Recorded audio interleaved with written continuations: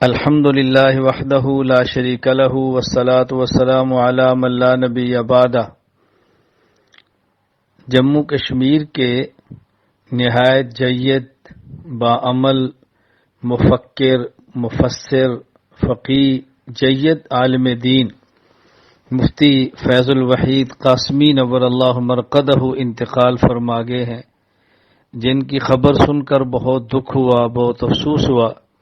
انا للہ و انا الیہ راجعون۔ انا للہ ما اخذ ولہ ما اعطى وکل شیء عنده باجل مسمى۔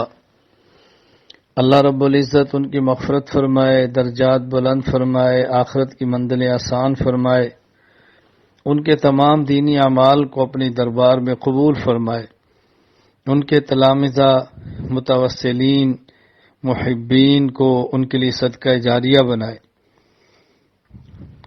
اللہ رب العزت نے ان کو بے پناہ صلاحیتوں سے نوازا تھا، دین کا درد رکھتے تھے، علاقے میں علماء حق کی پہچان تھے، بہت بڑی خدمات ہیں ان کے، اللہ اپنے دربار میں قبول فرمائے۔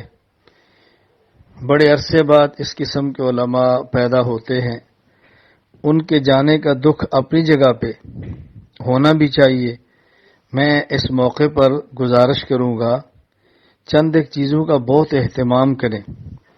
نمبر 1، حضرت مفتی صاحب کے اہل خانہ یا ان کے تعلق والے احباب سے تعزیت کریں، حضرت کے لیے مسلسل اصال ثواب کریں، ان کے لیے مغفرت کی دعا کریں، ان کے ادارے کی ترقی کی دعا بھی کریں، کوشش بھی کریں۔ جو حضرت کی زندگی میں حضرت کے ساتھ یا ان کے ادارے کے ساتھ جس طرح تعلق تھا، تعاون فرماتے تھے، حضرت کے جانے کے بعد بھی جاری رکھیں، اور جو ان کے شاگرد ہیں، مریدین ہیں، ان کو چاہیے کہ حضرت جس عنوان پہ کام فرماتے تھے، جس طرح دین کا دفاع کرتے تھے، دین کے جذبے کو لے کر پورے علاقے میں خدمت سر انجام دیتے تھے، آپ تمام اس کام کو جاری رکھیں۔ حضرت کی راحت اور خوشی اسی میں ہے۔